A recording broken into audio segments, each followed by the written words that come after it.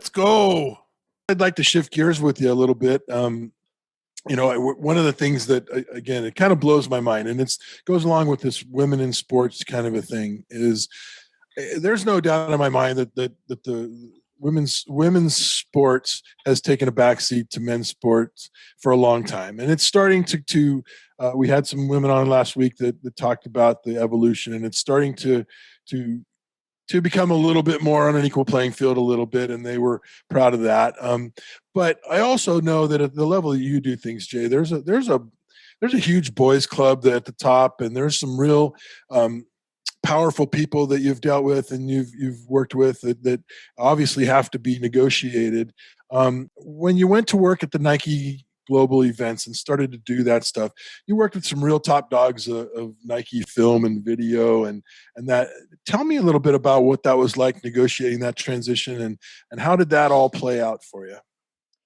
Well, Nike was going to the Nike campus for the first time was like going in like Oz. It was like Oz, like that campus, and each building is a different sport, and there's a statue, and the bottom level of every building is a training room, and the lunches are free. It was crazy, and I thought I had died and gone to heaven because it was such a positive energy and such a powerful energy, right? I was one of 3 women, the first time Nike Film and Video ever hired independent producers outside of Nike Film and Video to handle their 25th anniversary show and summit.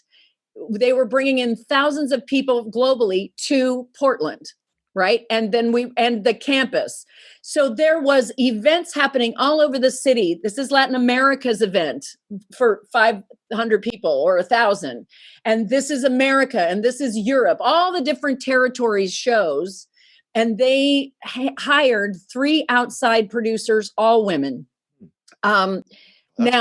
Yeah, it was really cool. Now, I was hired because I had this resume of producing all these championships. And there was no doubt that Nike wanted every single room, the atmosphere, to feel like a championship. And except we were selling tennis shoes. Right. There wasn't, and the technology in those rooms was off the charts because those guys had access to every toy and everything. Like, it was a whole new world. This was more like an IMAX theater situation. So my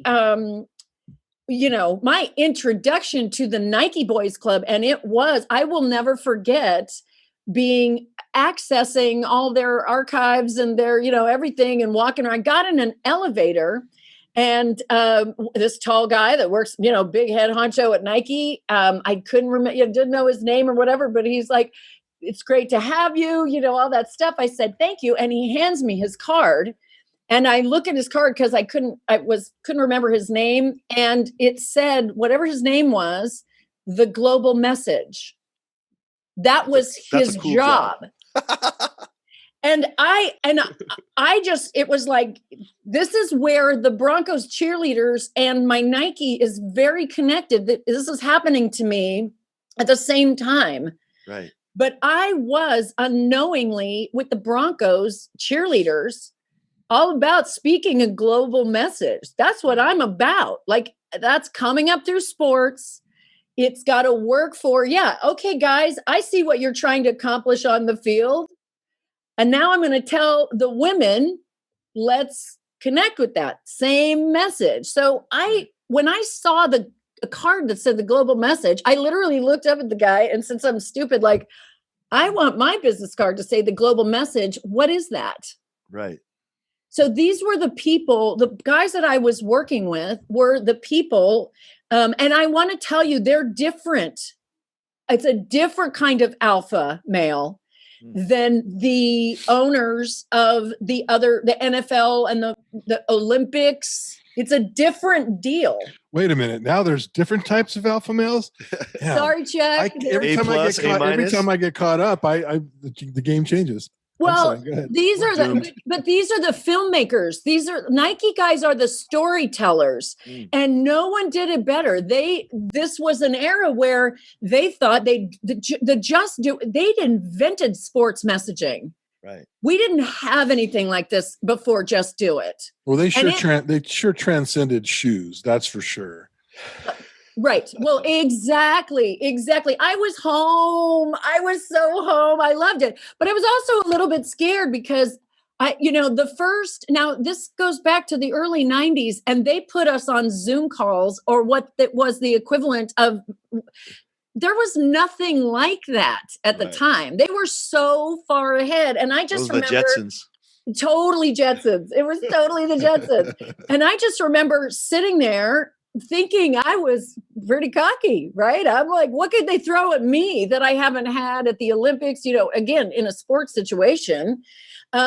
Well, they did. And they sat there and they talked about technology for an hour, and all the other two very capable and still friends of mine to this day, one, my best friend, they talked about technology and had this great conversation, and I didn't understand a word anybody said.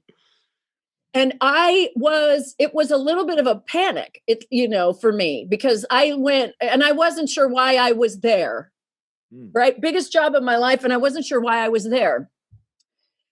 And I kind of felt like I needed to speak up and show. I was a producer. I was going to produce my event. So anyway, so they get to the end and they say, does anybody have any questions? They left time for it. So does anybody have any questions? And I said, I have a question. Now, the three women each came from different places. One came from corporate multimedia events, one, and I came from like sports. They actually kind of both did, but I came from sports multimedia events. And so a lot was revealed in this question, but they said, does anybody have any questions? And I said, I do. And I said, we've talked a lot about the shows, all good. I just have the question, why are the three of us here? What is the problem that we're here to solve? Right? Nice. There's got to be a reason you went outside of yourselves. You're Nike Film and Video. You guys are way ahead. Right. Why? What problem are we here to solve?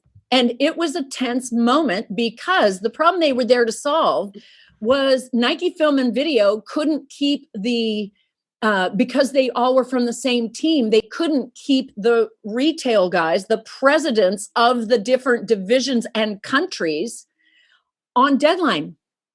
They were so busy doing their job, they wouldn't show up and give their material or give their story or give their, product or give them any information on deadline. That's amazing. Right? Seems like a long way to go to get that to happen. In the Just Do It era, I had done so many ridiculous things like that I shouldn't have been doing, like risky, dumb stuff because of the just do it in your head. Just do it. Just do it. Just do it. Chance, yeah.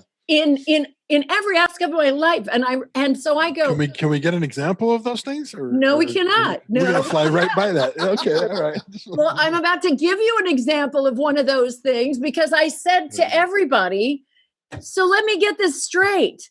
The guys who are telling the world just do it can't get their stuff in online on time. Because I was like flabbergasted. And again, another pause. And then somebody said to their neighbor on camera, I think that was the sports one. That's a sport girl. I think that was the sporty one. Yeah, for you, the game is coming on Sunday, whether you're ready or not. So you better have your stuff together by Sunday. And it really is true in Hollywood that I stand side stage and we have to make choices like this. Yeah. So sometimes I'll then be in a meeting of different kind and it's like I'm playing a game. I'm the only one playing a game show in the lightning round and have them go, what do we do about boom? And they're like, who is that your call? I'm like, just opinion. I can't imagine you had that much energy, Jay. Well, wait a minute. No, I guess we know. I think it's really, I think the hardest thing is just, why can't we just have, I think for the girls, for the athletes, for the women in business, it's just like, why, if I act like a dude, then you're going to talk shit to me. And if I act like a girl, then you're going to call me a princess. It's derogatory. Like that's the hardest thing for me as a coach is how do I get these girls to be themselves and embrace everything about them as holistically than just putting on a hat. We had the female coach on. She's like, yeah, I put on my hat and then I go home and I'm a mom and I go over here and I'm a wife and I go, it's like, no. When I became, I was coaching softball and then I would switch and I would get this voice when I was coaching football. And then I would get the, and when I stopped going back and forth and when I'm coach, it doesn't matter if it's boys or girls, then my game went boom. It was like, boom. And I don't understand even in the corporate environment that you're talking about, it's like, it shouldn't be that difficult. Just do what you're doing, like. So for me, and I take this for whatever it's worth, let's just talk about swamped with permission to compete and how a woman competes differently than a man. And I can sum it up for you that in my career, I was given the gift from a man who gave me that it's a perfect strategy to be underestimated. Right. And there are benefits to being underestimated. Yeah, I never gave up my tools as a woman, finish. Because if I tried to beat the NFL guys in the tunnels and all that amp and adrenaline and these big 100,000-pound, guys go, it's not my job to interfere with it anyway. It's my job to enhance it. But again, I'm not going to fix it. I'm not going to be a hero and I will not win at their game. I got the vibe from your Nike conversation that you were making these outlandish comments. You kind of even characterized it yourself. Hey, I'm doing these outrageous things. No, you're being a badass creator. If you were Martin Scorsese, no one would have batted an eye. If you were a guy, that's a normal. Okay, cool. Let's run with that. Well, and they have to make a choice for you, Jay. They have to look at you and say, is she batshit crazy or is she brilliant? Nah, they don't do that with dudes. With dudes, it's like, oh, wow, okay. Yeah, let's try that. And we might crash and burn, but let's try. And with you, they're like, should we try? And that's such an awful question. Mind. You pick your battles. And again, I think in the world, I think it's missing in the world, this whole women's empowerment. I get concerned and frustrated to be on Instagram and everybody going, you got this, girl, you got this. And I'm like, no, break that down. Right. Because it is misleading in a soundbite. That I was quiet for an hour picking my battles, and I do trust that instinct, something, say this, but I also was very much digging deep in the skills in theater, in storytelling, in writing, it's skills first before you think you know it all. Right. And you need to be able to determine in a situation if you do have something to say and contribute. I stay in my lane and I'm not that quick to talk about what I don't know about. Nice. I don't. And in the Nike world, I did 3 huge global events for Nike during this, during this period. Right. And other conversations and smaller events, but 3 global events. And I am telling you, you don't want to be the guy when the whole world is watching that drops the ball. I was made aware by the Nike executives, here's their alpha. There's 65 million people watching over, with $180 million on your shoulders. Don't mess this up. Right. So now I can look back, and it's why they're connected. I can look back and tell you what I did for the Denver Broncos cheerleaders and how amazingly bonded I am with those 22 women who we went into a little deal. And we did it, sisters be doing it for themselves. Right. But you're making choices about nuances, this and not that, this and not that. You have a game plan, but the minute the ball is kicked off, the plan just went kind of out the window. Fluid. Yeah, gets fluid real quick. Yeah. So it's improvisational. It's live. It's sports. It's not rehearsed. We don't know. And that's what makes it special. And that's what makes it us do it. And that's what makes us want the best players and the healthiest team culture. Right. period. I think if you ask Chuck, he would say that, you know, I overthink just about everything. And that's been my burden for sure. But and again, I have nothing against Nike. They were very instrumental in some of my philosophies, particularly with the Let Them Play, with the female commercial, Let Them Play. I mean, and we can talk about that and go into that. It doesn't really matter. I didn't even know when that actually was timeline wise, but I know that was very powerful. But I'm just stuck on the nuance that, gosh, they had to question you about anything. You know, like these were the people that were going to create, they were the leaders of empowering women. They had shoes for women for the first time. Like, what are you talking about, women's shoes? Don't you just wear the same? I didn't mean to give the wrong impression that I had to ask that last question because from there, I really felt 100,000% they took me under their wing to show me their archives. Okay. And they changed my life. Right. What I saw in their film and video and what I saw because what they basically did was they opened the film and video, opened all their archives of their science, their testing the gait of a soccer player in kick or a track runner in kick, or, you know, I saw, and I was an open book. It took my game to the moon. I can remember seeing, they had a Jay Leno clip interviewing Michael Johnson after him winning all the Olympics in those gold shoes.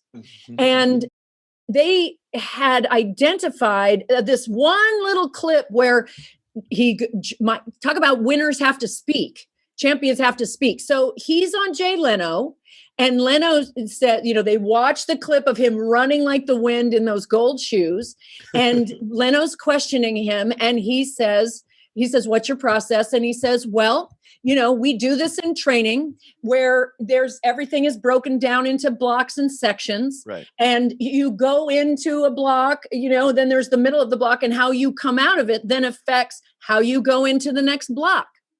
And then you make the adjustments in that block to send you into the next block to win the race. And they go on about it a little bit, but then and he's going into the detail of the science and of it all. And Leno goes, this is fascinating. What's a block? Yeah. And Michael Johnson gets stormed over and goes into that special place that every champion is a freak. Right. And he lowers his eyes a little bit and he says, every time I put my foot down, every time my foot strikes. Dang. And I let that all in as permission to just go study whatever the heck I wanted to in my life and find out what was inside of me. You know, I was just exposed. It was Jackie Joyner. What was her? Kersey. Yeah, Jackie Joyner Kersey. Right. So they had tapes of her where she'd won the Olympics and she didn't go, and now she was old. And you know how they love that conversation. She was the oldest person to ever be running, and she was running in a young man's game and stuff. And they had tape of her talking about her athletic process. And it was incredible because she won the race that she wasn't expected to ever be able to win again. Right. And she came from behind and she ran across, and they slowed the tape down. They said, what did you work on in your training? And she said, I worked on relaxing while I'm running. And they talked about working on her relaxing as opposed to I'm old. You know what I mean? Like, I can't, I got to fight something. I worked on relaxing as I was training. Yeah. They showed the clip of the two runners, the silver medalist and the gold medalist coming across a line in slow motion. And the young girl, every single tendon on her neck, you know, it's like a comedy sketch. Right. And Jackie Joyner Kersey ran across that line. Like, I mean, she almost kind of looked at the camera and winked. You know, it was amazing. So they could show me things and explain things that about the athletic heart that are with me to this day, that are a part that made it a beautiful and unique filter for me. Yeah. Thank you for following up, because I was a little upset there. I was like, they're treating you bad. Thank you. Know? Thank you. Well, don't get me wrong. They brought you in for $180 million program and they don't know that you're a badass. No, they have to question you though, that, with their investment. This is the same thing with Pat Bolin. I create sports brands. Yeah. Tom, we might be able to be real podcasters.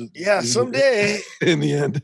You guys are practice. You're doing it. Listen, Jay, I kind of want to close out, unless you have anything different to talk about. But I know, talking to you off camera, from time to time, we talked about the Women's World Cup and the girls soccer, women's soccer, and it seemed to have made a really big impression of you. Just the amazing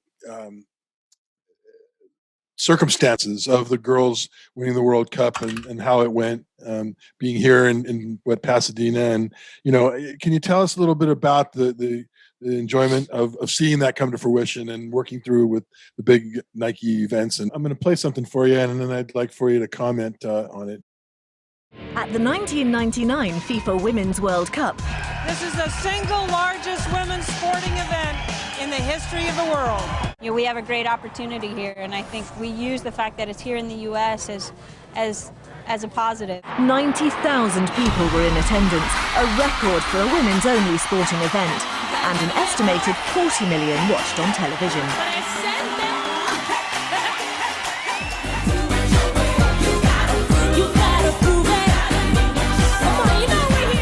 At 4-4, Brandy Chastain had a shot at glory. I don't know if I can describe this well enough in words, but I could see it, like almost see the ball not rotating and just hitting the back of it. Next thing you know, you're giving your celebration, and then the team is on top of you.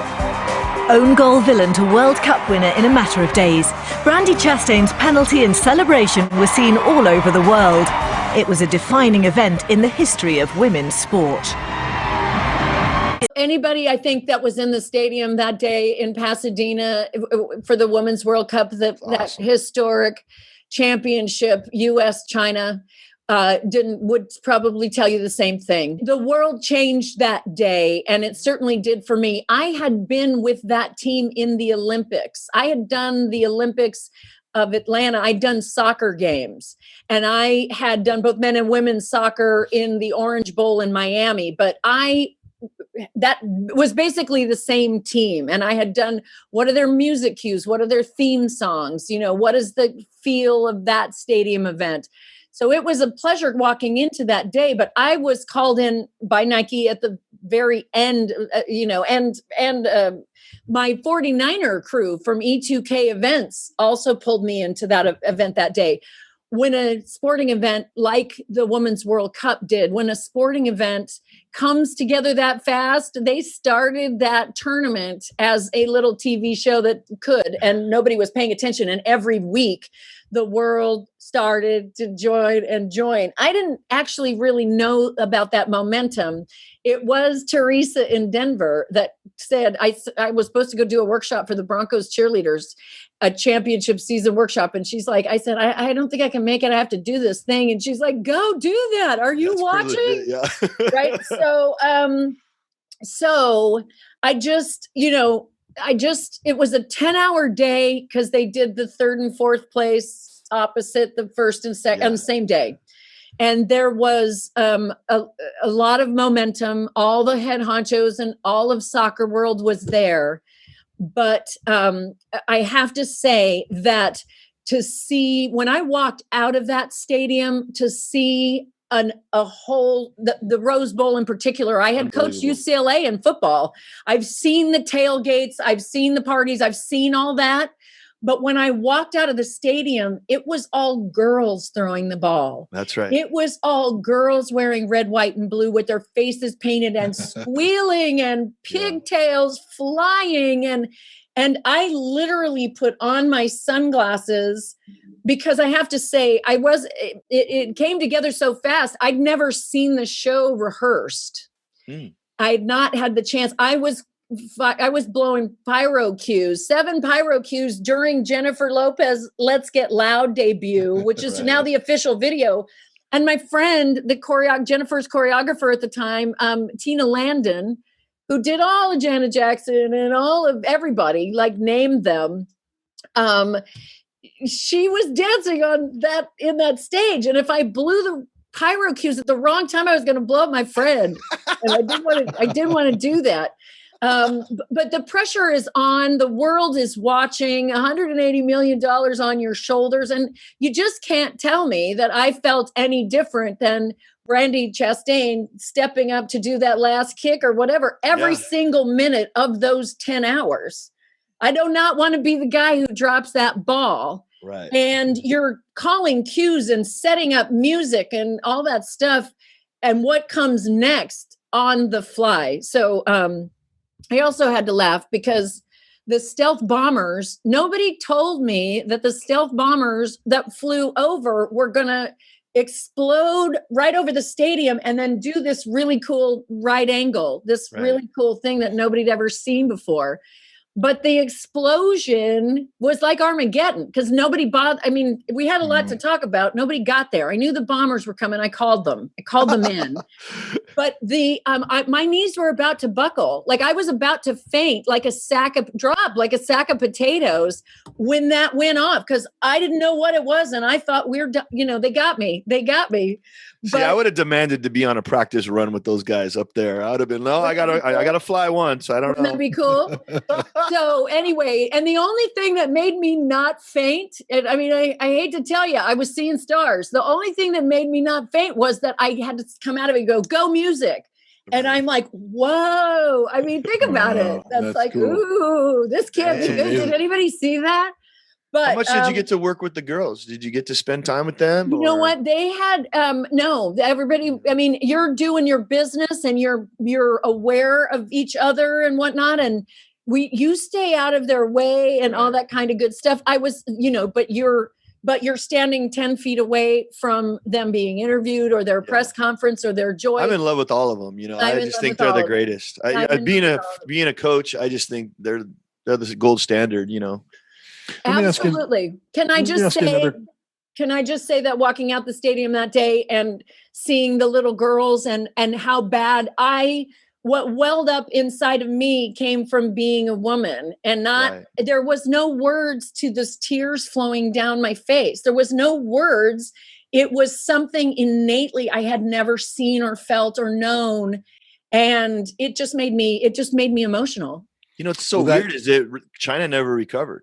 China has never been back to the world stage on soccer since that day. Like that absolutely was a nuclear bomb, for lack of a better term, on that entire program. Like, I don't know if they just washed their hands of it and said, all right, we can't do that. But you never see China back in the World Cup. That's interesting. I never thought about it. The medal rounds. I feel bad, Tom. Yeah. No, I mean, Japan and, these other Sweden and Norway, all these other countries are giving us all we can handle. But you just never see China anymore. In fact, you forget that was the team. They're gonna hear this podcast and they're gonna fire it up and it's gonna be you that brings them back. I'm the bulletin board material. Yeah, it's you. Yeah, exactly. I'm curious because as a football player and a coach, I played in big stadiums with lots of people and coached in some likewise large stadiums with lots of people. And as a coach and as a player, I from the time that the first kickoff starts until the time that the game ends, I don't hear any of it. I don't hear the crowd noise. I don't hear what they're saying or even that they're cheering. You're locked into a certain mode, and you've been, there must have been such an amazing emotional feeling going on in that stadium toward the end of that game when they were getting close to closing that out. Were you connected to it at all, or were you so locked into your job that I'm deep in my zone because the timing, the feel of confetti cannons, pyrotechnics, a fanfare, a soundbite, what is a voiceover. where the camera is, where the action's going, the crew that's going to set up the medal stands. I'm deeply connected. I'm so connected that I don't really think I know where I start and end. And it takes me a while. I literally, as I was walking out of the tunnel, I had that kind of, reaction where I was literally going, why did I need to know that, God? Why did I need to know that? Like, that was too much. And what's funny is that I got my answer soon thereafter at my next big gig as to why I needed to know that. There wasn't anything bigger on the planet than when I did that day for what they said, $180 million on my shoulders for the day.